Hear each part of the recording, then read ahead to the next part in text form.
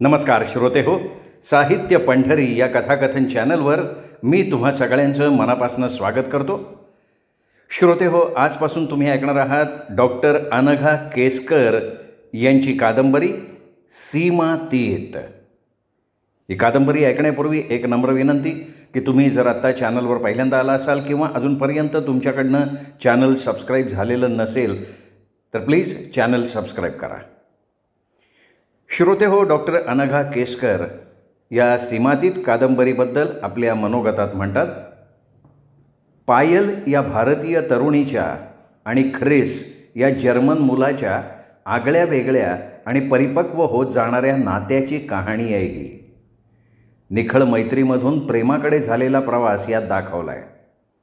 अनुभवामुळे आणि वयामुळे परिपक्व होत गेलेल्या प्रेमाची ही हकीकत आहे. त्यात तरुण मुलामुलींच्या भावना, लग्नामुळे येणाऱ्या बांधिलकीविषयी वाटणारी भीती, स्वतःच्या करिअरविषयी असलेली निष्ठा याचं चित्रण केलेलं आहे. ऐकूया श्रोते हो, डॉक्टर अनघा केसकर लिखित सीमातीत या कादंबरीचा भाग पहिला.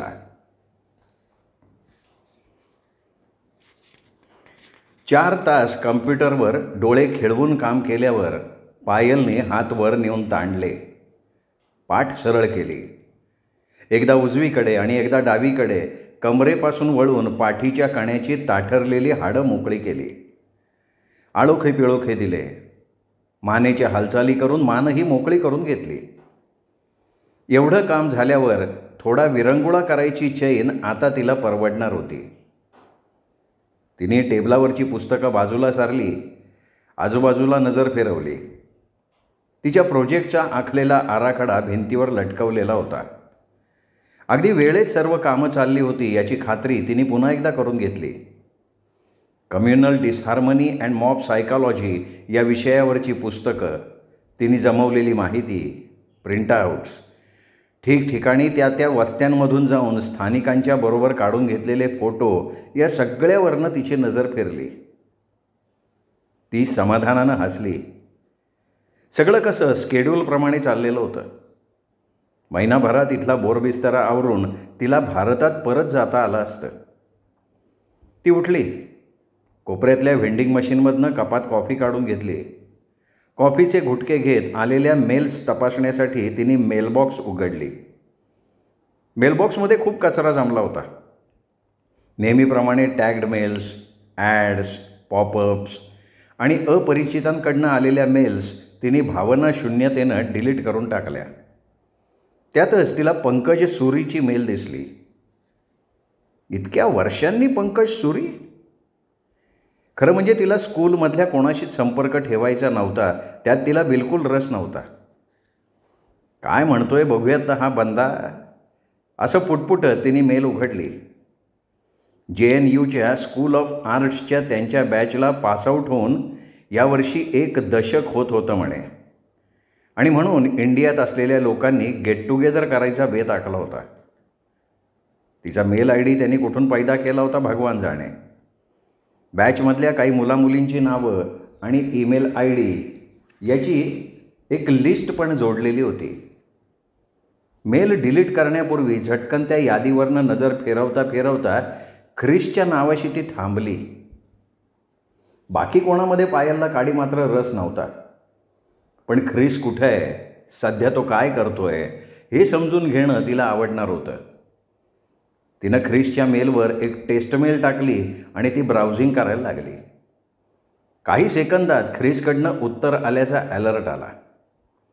तूर्त तो कुठल्या तरी कामात बुडाला होता म्हणून त्यांनी दिलगिरी व्यक्त केली होती, पण त्याचा फोन नंबर त्यांनी कळवला होता. दुसऱ्या दिवशी सकाळी उशिरा फोन करायची त्यांनी तिला गळही घातली होती. दुसऱ्या दिवशी शनिवार होता. आरामात फोनवर बोलता आलं असतं. पायलला मजा वाटली. तिने त्याचा फोन नंबर बघितला. आय कांट बिलीव्ह, हा अमेरिकेत दिसतोय. तिच्या तोंडून शीळ बाहेर पडली. तो चक्क तिच्याच टाईम झोनमध्ये आणि बे एरियामध्ये आहे हे तिच्या फोनमध्ये त्याचा फोन नंबर उतरवून घेताना तिच्या लक्षात आलं. ख्रिसशी गप्पा करायला मिळणार या कल्पनेनं पायल उत्साहित झाली. स्कूलमध्ये असताना त्या 5-6 जणांचा छान ग्रुप जमला होता. त्यातही तिची आणि ख्रिसची विशेष दोस्ती होती. ती अलगद 12 वर्ष मागे गेली.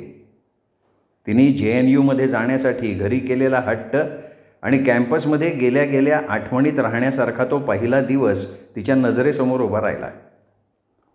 स्कूलमध्ये दाखल झाल्याच्या पहिल्या दिवशीच ख्रिसची आणि तिची गाठ पडली होती.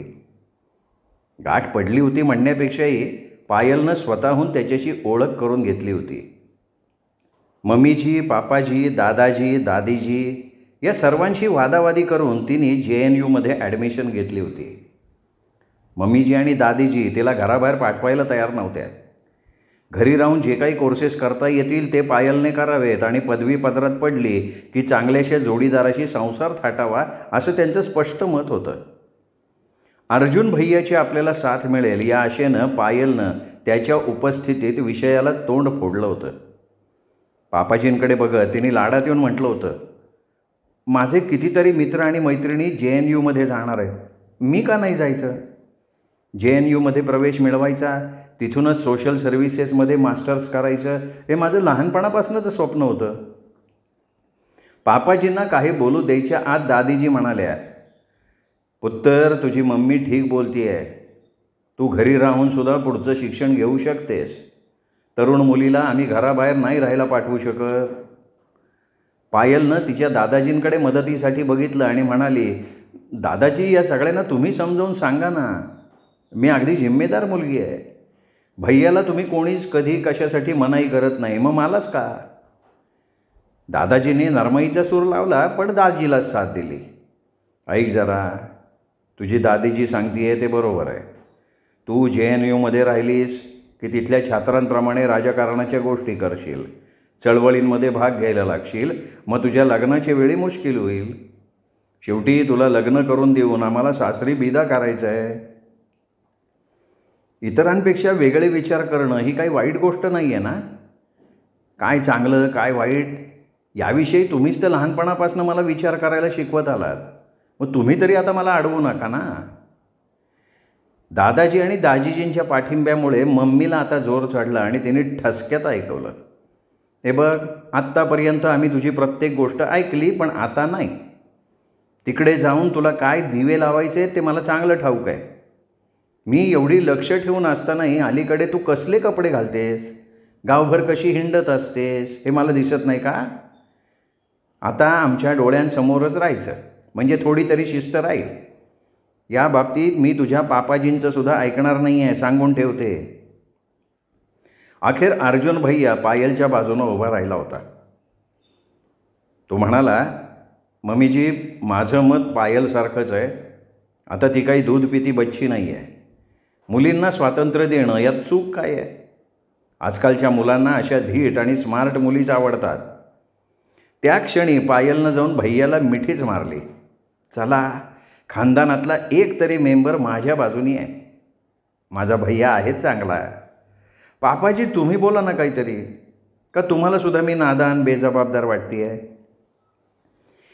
JNUमधले विद्यार्थी नुसते स्मार्ट नसतात तर अति स्मार्ट असतात असं माझं स्पष्ट मत आहे. पण डोनेशन न देता जर पायलनं ॲडमिशन मिळवून दाखवली तर मी तिला पाठवायला तयार आहे अँड दॅट्स फायनल. पापाजींनी त्यांचं मत ऐकावून टाकलं.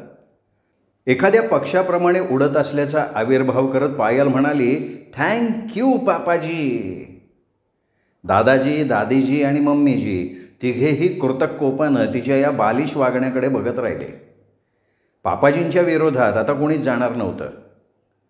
15 दिवसांनी मोहिनी आणि कुलदीप कौर या आपल्या मैत्रिणींना घेऊन JNUच्या ऑफिस बिल्डिंगमधनं ॲडमिशन घेऊनच उडत्या पावलांनी आणि आनंदी मनानं पायल बाहेर आली. त्या तिघी घरी आल्या तेव्हा पायल हवेत तरंगत होती. दादाजी, दादीजी आणि मम्मीजी घराच्या व्हरांड्यात टेबलाशी बसून दुपारचा चहा घेत होते. आल्या आल्या तिने दादीजींच्या गळ्याला मिठी मारली. आता हा अवकाळी प्रेमाचा वर्षाव कशासाठी? खुशीत येऊन दादीजींनी विचारलं. पापाजींची शर्त मी पूर्ण केली. मला JNUमध्ये डोनेशन न देता ॲडमिशन मिळाली आहे. मम्मीजी या माझ्या मैत्रिणी, कुलदीपला तर तू ओळखतेसच, ही मोहिनी, या दोघीही माझ्याबरोबर JNUमध्ये शिकायला असणार आहेत. मोहिनी आणि कुलदीप दोघींनीही मोठ्या माणसांच्या पाया पडून त्यांचे आशीर्वाद घेतले. तिघेही एकदमच उद्गारले, तुम्हाला तिघींनाही बधाई, आमच्या शुभकामना तुमच्या पाठीशी आहेत. पहिल्या दिवशी मोहिनी आणि कुलदीप कौर या मैत्रिणींसोबत पायल ऑटो रिक्षानं कॅम्पसमध्ये आली होती. त्यांची रिक्षा स्कूल ऑफ आर्ट्स अँड एस्थेटिक्सच्या इमारतीसमोर आली तेव्हा सकाळचे 10 वाजले होते. पावसाच्या सरींमुळे कॅम्पसवर नेहमीच्या हिरवाईत आणि तजेल्यात भर पडलेली होती. मन प्रसन्न व्हावं असं वातावरण, पण बिमारी पैदा करणारी दमट हवा. दिल्लीच्या गदमदणाऱ्या असह्य गरम दमट हवेच्या तुलनेनं इथे अगदी हिल स्टेशन वाटत होतं. शिवाय घरच्या लोकांचा इथे काच असणार नव्हता. हा टी शर्ट फार तंग बसतोय, तो घालून बाहेर जाऊ नकोस, किती ते तोकडे कपडे अंग दाखवणारे. आमच्या वेळी आम्हाला या असल्या सूचना कम आज्ञा द्यायला इथे मम्मी पापाजी नव्हते किंवा त्यांची कसली भुणभुण नव्हती. कसं अगदी मोकळं मोकळं आकाशात स्वैर भरारी मारणाऱ्या पक्ष्यासारखं वाटत होतं. ठिकठिकाणी मुलामुलींचे घोळके मनमोकळेपणानं हसताना बोलताना दिसत होते. कॅम्पसवर खूप उत्साहाचं वातावरण होतं. मुलामुलींची चहलपहल चालू होती. पायल अगदी स्वप्नाळू नजरेनं परिसर निहाळत होती. सराईतपणे वावरणारे सिनियर स्टुडंट्स आणि प्रोफेसर्स यांच्याकडे आदरानं पाहत होती. तिथल्या इमारती, त्यावर चढलेल्या फुलांनी डवरलेल्या वेलबुट्टीसारख्या वेली आणि छोटेखानी कॅन्टीनमध्ये हास्यविनोदात रममाण झालेली टोळकी, सगळ्याचंच तिला अप्रूप वाटत होतं. तेवढ्याच समोरून आशुतोष आणि करण येताना दिसले. आपल्याच कॉलेजमधले हे दोस्तही आता आपल्याबरोबर असणार म्हटल्यावर पायलला जरा बरं वाटलं. जवळच्याच पायऱ्यांवर ती सर्वजण बसली. ओळखीची मित्रमंडळी पाहिल्यावर तिन्ही मुलींचा बुजरेपणा एकदम पळून गेला. गप्पा रंगायला लागल्या. एवढ्यात पायल उठली आणि दोन्ही हात अंगाच्या दोन्ही बाजूला पसरून उडल्याचा आविर्भाव करायला लागली. किंचित घोगरट आवाजात ती गायलाही लागली, पंछी बनू उडती फिरू मस्त गगन में, आज मैं आज़ाद हूँ दुनिया की चमन में. तिच्याकडे बघत हसत मोहिनी म्हणाली, पगली कहीं की, आनंद तर मलाही झालाय, पण मी नाही अशी वेड्यासारखी नाचत सुटले. पायलनं तिच्या शेरेबाजीकडे पूर्ण दुर्लक्ष केलं. मोहिनीचे दोन्ही हात पकडून तिला उठवलं. तिला बरोबर घेऊन ती गिरक्या मारायला लागली. मोहिनीचं तिच्यापुढे काहीच चाललं नाही आणि दोघी मैत्रिणी डौलदार हालचाली करत नाचायला लागल्या. आशुतोषनं वहीच्या पुठ्ठ्यावर ताल धरला. फोटो काढल्याचा आव आणत करणनं म्हटलं, गर्ल्स स्टेडी, नाव स्माईल. आता आशुतोषला नाचायची हुक्की आली. हातातली वही त्यांनी बाजूला टाकली आणि लवचिक शरीर हलवत तो म्हणाला, या पोरींबरोबर मलाही नाचावंसं वाटतंय. कुलदीप म्हणाली, मग तुला कोणी अडवलं आहे का? तूही नाच की. आत्ता नाचताय, पण बेट्यांनो एकदा अभ्यास सुरू झाला ना की नाकात दम येईल माहिती आहे. Don't be spoil sport. अभ्यासाचं नंतर बघता येईल ना काय ते. असं बोलून आशुतोष भांगडा करायला लागला. काही वेळ हा नृत्याचा कार्यक्रम रंगला. जेव्हा दमून ते जागेवर बसले तेव्हा पायलची नजर दूरवर झाडाखाली उभ्या असलेल्या फिरंगी मुलाकडे गेली. तो नक्कीच भारतीय नव्हता. 6 फूट उंची, भरदार शरीर, गोरा भुरका किंचित वांग असलेला चेहरा आणि तांबूस भुरकट केस. त्यानं गडद निळ्या रंगाचा चौकटीचा टी शर्ट आणि बॅगी पॅन्ट घातली होती. तो एकटाच भावचाळल्यासारखा शून्यात बघत उभा होता. त्याच्याकडे बघत ती आपल्या दोस्तांना म्हणाली, अरे हा बंदा असा चेहरा पाडून एकटा का उभा आहे? सगळ्यांची नजर आपसूक त्या फिरंग्याकडे गेली. अरे त्याच्याकडे असं रोखून बघू नका ना, पण दिसतोय मात्र एकदम हँडसम. पायल, जा की त्याच्याशी ओळख करून घे. मोहिनीने पायलला सुचवलं. या पोरींचा करणला वैताग आला. अरे तुम्हाला काय पडली आहे?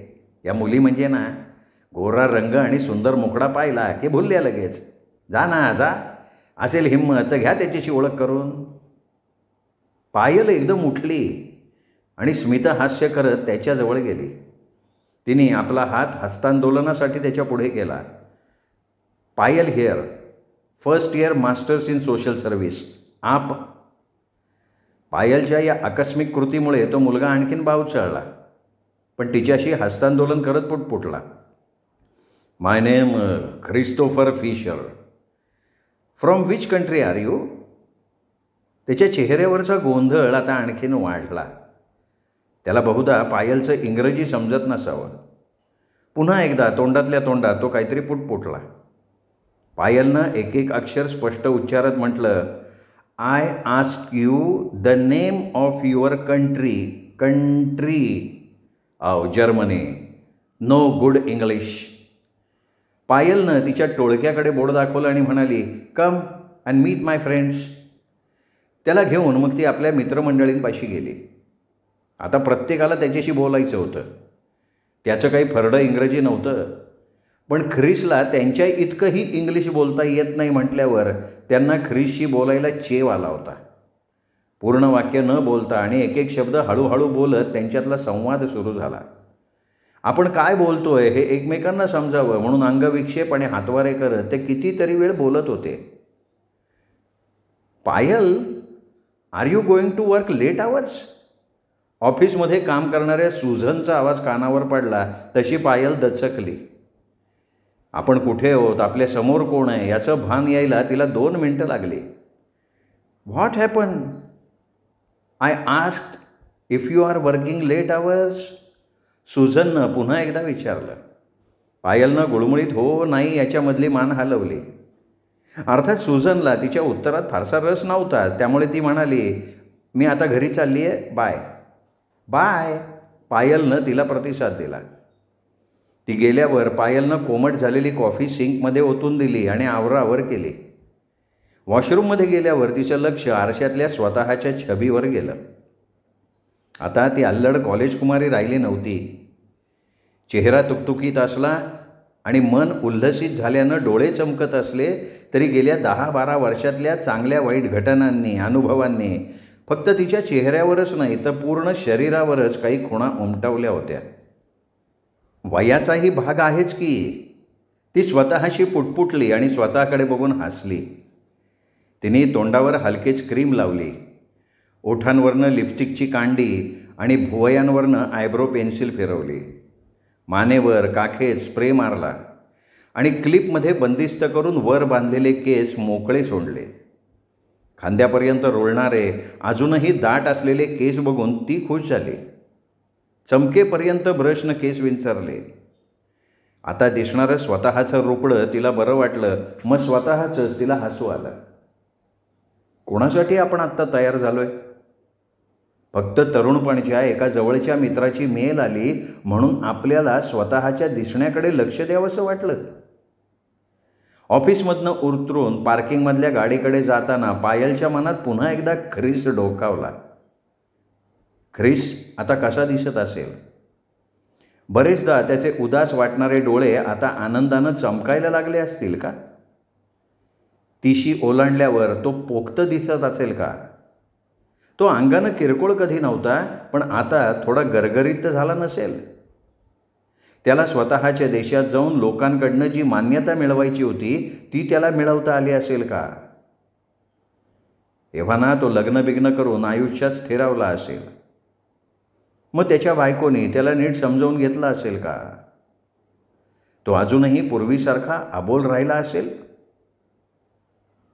आपण किती विचार करतोय ख्रिसचा?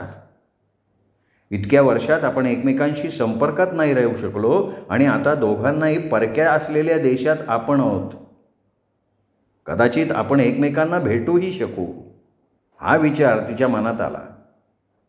रिसर्च मेथडॉलॉजी हा विषय पायल आणि ख्रिस दोघांनाही सक्तीचा होता.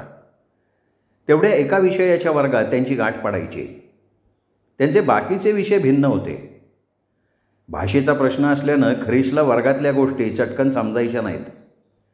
एकटी पायलच ख्रिसशी आपणहून मनापासनं बोलती असं वाटल्यानं कदाचित तो तिच्याशी दोस्तीत असावा. एरवी तो घुम्यासारखा कॅन्टीनमध्ये एकटाच अन्न चिवडताना दिसायचा. कधी कॅम्पसवरच्या झाडाखाली स्वतःच्याच विचारात हरवलेला दिसायचा. मुळात फिरंगी लोक हातचं राखून इतरांशी बोलणारे असतात म्हणून तो कुणाला चिकटायला जात नसेल अशा निष्कर्षाला लवकरच बाकीचे विद्यार्थी आले. त्याच्या या अशा अलिप्त वागण्यामुळे लोकांचा उगीचच गैरसमज झाला. सुरुवातीच्या काही दिवसातच पायलच्या मित्रमैत्रिणींनी ख्रिसवर तुसडेपणाचा, शिष्टपणाचा शेरा मारून टाकला. त्याच्या मनात चाललेल्या ओढाताणीचा तो परिणाम आहे असं पायलला मात्र जाणवत होतं. त्याचे प्रश्न काय आहेत, तो इतका खिन्न का असतो हे तिलाही माहिती नव्हतं. पण काहीतरी कारणानं तो खूप दुखावला गेला आहे हे तिला त्यांनी न सांगता आपोआप समजलेलं होतं.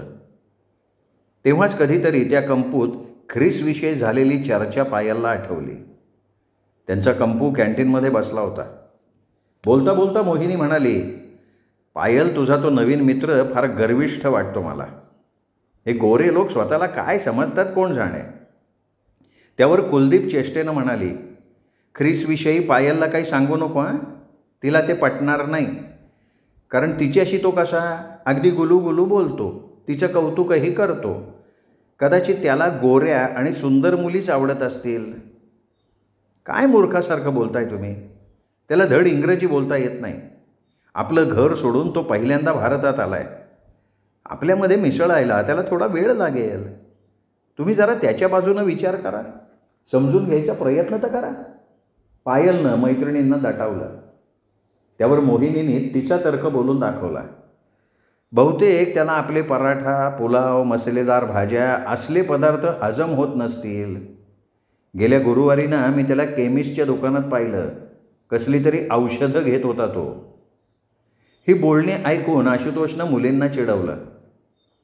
तुमच्यासारख्या मुली खामखा अशा मुलांना भाव देतात, मस्का मारतात.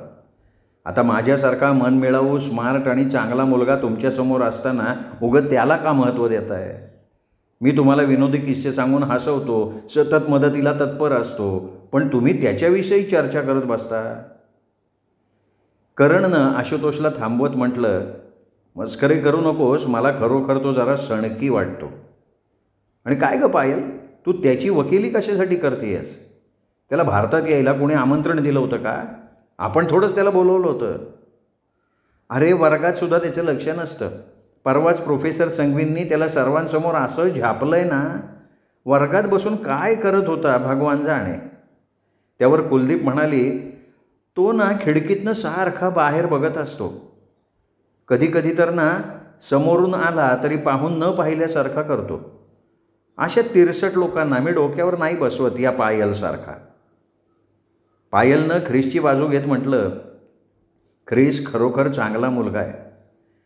बहुधा त्याचे काहीतरी वैयक्तिक प्रश्न असतील, त्याविषयी तो आपल्याशी मोकळ्या मनानं काही सांगू शकत नसेल.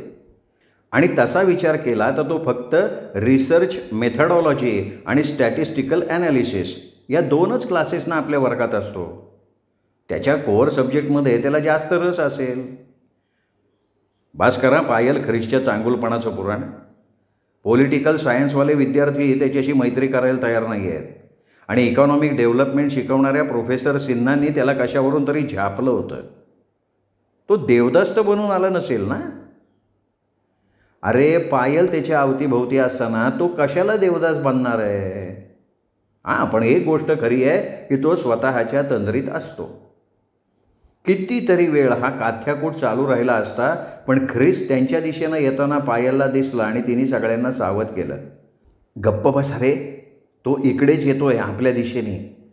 त्याला उगाच काहीतरी बोलून त्याची चेष्टा करू नका. मग सगळेजण गप्प बसले. ख्रिसनं इंग्लिशचा जादाचा कोर्स घेतला होता, पण तरी त्याला बोली इंग्रजीचा सराव करायला पायलनं मदत करावी असं त्यांनी एकदा सुचवलं. त्या बदल्यात पायलशी त्यांनी जर्मन भाषेत बोलून तिचं पुस्तकी जर्मन सुधारायचं असा त्यांनी वादा करून टाकला. शक्य झालं तर पायलनं ख्रिसची हिंदीशी थोडीफार तोंड ओळख करून द्यायची अशीही एक कल्पना होती. जमेल तेव्हा जमेल तसा त्यांचा तो अभ्यास चालूच होता, अगदी मनापासनं. त्यांची दोघांची तार जुळायला त्याचा आपोआप उपयोग झाला. ज्या दिवशी तिची आणि ख्रिसची अगदी गट्टी जमली तो दिवस आता पायलला आठवला. श्रोते हो, हा होता डॉक्टर अनघा केसकर लिखित सीमातीत या कादंबरीचा पहिला भाग. दुसरा भाग उद्या. तोपर्यंत नमस्कार मित्र हो.